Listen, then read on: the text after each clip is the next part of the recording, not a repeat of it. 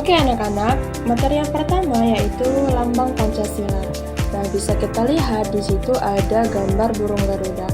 Nah, burung Garuda ini mempunyai arti yaitu kekuatan negara. Garuda Pancasila juga melambangkan kegagahan dan kekuatan serta sifat pantang menyerah. Selanjutnya, pada gambar yang di sebelah kanan itu ada gambar kepala burung Garuda, sayap burung Garuda, pangkal ekor burung Garuda, dan ujung ekor burung Garuda. Nah, sayap pada burung Garuda ini berjumlah 17 helai bulu pada masing-masing sayapnya, dan 8 helai bulu pada ekor, 19 helai bulu pada pangkal ekor, serta 45 helai bulu pada leher.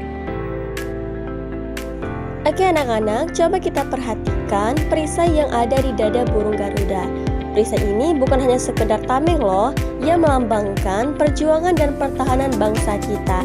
Bayangkan, sebuah perisai yang kokoh melindungi kita dari segala ancaman. Nah, seperti itulah Pancasila bagi bangsa Indonesia. Ia menjadi landasan yang kuat untuk menjaga persatuan dan kedaulatan. Dan yang lebih menariknya lagi, setiap gambar dalam perisai ini ternyata mewakili setiap sila dalam Pancasila. Jadi, perisai ini adalah representasi visual dari nilai-nilai yang menjadi pegangan hidup kita sebagai bangsa.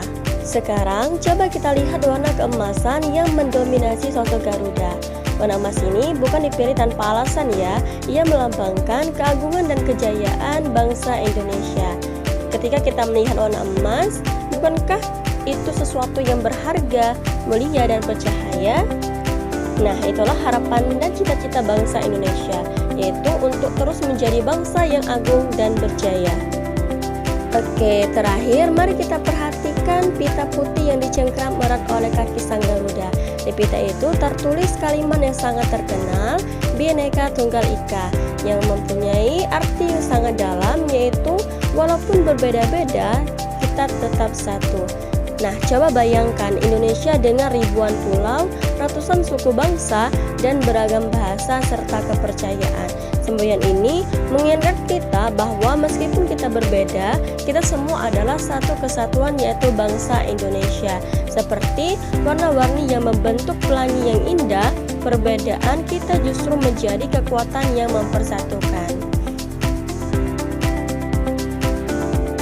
Sekarang, mari kita telah bersama sila-sila Pancasila dan lambangnya yang kaya makna ini. Coba perhatikan gambar Garuda Pancasila yang berada di tengah. Di dadanya terdapat perisai yang memuat 5 lambang yang berbeda mewakili setiap sila dalam Pancasila. Sila pertama yang berbunyi ketuhanan yang Maha Esa dilambangkan dengan bintang emas. Kemudian, lihatlah rantai emas yang melingkar. Ini adalah lambang sila kedua yang berbunyi kemanusiaan yang adil dan beradab. Di bagian bawah perisai ada gambar pohon beringin yang rindang. Ini adalah simbol sila ketiga yang berbunyi Persatuan Indonesia. Selanjutnya, di sisi kanan atas ada gambar kepala banteng. Ini adalah lambang sila keempat yang berbunyi kerakyatan yang dipimpin oleh hikmat kebijaksanaan dalam permusyawaratan perwakilan. Terakhir, di sisi kanan bawah, anak-anak bisa melihat gambar padi dan kapas. Ini adalah lambang sila kelima yang berbunyi keadilan sosial bagi seluruh rakyat Indonesia. Oke anak-anak, coba kita perhatikan kembali bahwa setiap sila Pancasila tidak hanya memiliki lambang visual saja, tetapi juga mengandung arti dan makna yang mendalam bagi kehidupan masyarakat Indonesia. Sila yang pertama, ketuhanan yang Maha Esa, yang dilambangkan dengan bintang emas, memiliki arti bahwa masyarakat Indonesia mengakui adanya Tuhan yang Maha Esa sebagai pencipta alam semesta. Kemudian, sila yang kedua, kemanusiaan yang adil dan beradab, dengan lambang rantai emas mengandung makna bahwa masyarakat Indonesia menjunjung tinggi nilai-nilai kemanusiaan, saling menghormati, dan berlaku adil terhadap sesama. Sila yang ketiga, Persatuan Indonesia, dilambangkan dengan pohon beringin. Maknanya adalah bahwa masyarakat Indonesia memiliki semangat persatuan dan kesatuan yang kuat meskipun terdiri dari berbagai macam suku, budaya, dan agama. Selanjutnya, sila keempat, kerakyatan yang dipimpin oleh hikmat kebijaksanaan dalam permusyawaratan perwakilan, dengan lambang kepala banteng, menekankan pentingnya musyawarah dalam mengambil keputusan yang berkaitan dengan kepentingan bersama.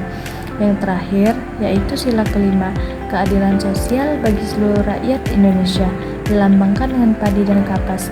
Maknanya adalah bahwa seluruh rakyat Indonesia berhak mendapatkan perlakuan yang adil dalam berbagai aspek kehidupan, baik ekonomi, sosial, maupun hukum.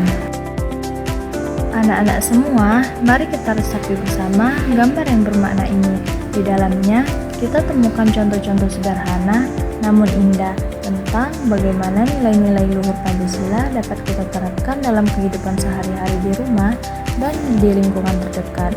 Mulai dari kebiasaan berdiskusi untuk mengambil keputusan bersama yang mengajarkan kita pentingnya menghargai perbedaan pendapat dan mencapai mufakat. Kemudian, ada momen kebersamaan dalam beribadah yang mempererat ikatan spiritual dan menumbuhkan ketenangan jiwa. Semangat gotong royong saat membersihkan rumah pun tergambar, mengingat kita akan pentingnya bekerja sama untuk menciptakan lingkungan yang nyaman.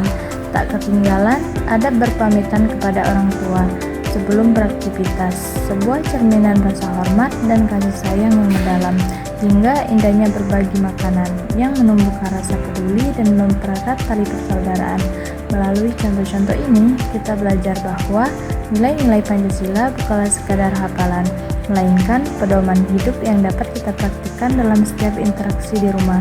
Mari kita jadikan rumah kita sebagai ruang belajar yang hangat untuk menumbuhkan nilai-nilai luhur bangsa dalam diri kita dan keluarga tercinta. Halo anak-anak, jadi materi selanjutnya adalah mengenal perumus Pancasila.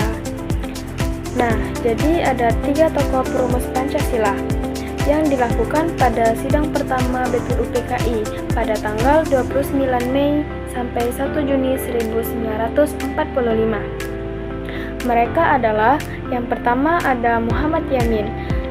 Jadi pada tanggal 29 Mei 1945, beliau menyampaikan yang pertama yaitu Pri Kebangsaan, yang kedua Pri Kemanusiaan, yang ketiga Pri Ketuhanan, yang keempat Pri Kerakyatan, dan yang kelima Kesejahteraan Rakyat. Nah, selanjutnya yang kedua ada Dr. Supomo. Pada tanggal 31 Mei 1945, beliau menyampaikan yang pertama persatuan, yang kedua kekeluargaan, yang ketiga keseimbangan lahir dan batin, yang keempat musyawarah, dan yang kelima keadilan sosial. Selanjutnya ada Insinyur Soekarno. Pada tanggal 1 Juni 1945, beliau juga menyampaikan yang pertama kebangsaan Indonesia, yang kedua internasionalisme atau Pri Kemanusiaan, yang ketiga mufakat atau demokrasi, yang keempat kesejahteraan sosial, dan yang terakhir kelima ketuhanan yang berkebudayaan. Nah, jadi anak-anak, pidato ini dikenal sebagai hari lahirnya Pancasila. Oke anak-anak, materi kita yang terakhir yakni meneladani pahlawan. Nah, ada beberapa sikap pahlawan yang patut kita teladani. Yang pertama yaitu sikap bertanggung jawab. Di sini, sebagai siswa kita perlu mengerjakan pekerjaan sekolah secara mandiri. Nah, sikap yang kedua yaitu saling menghargai dan juga menghormati.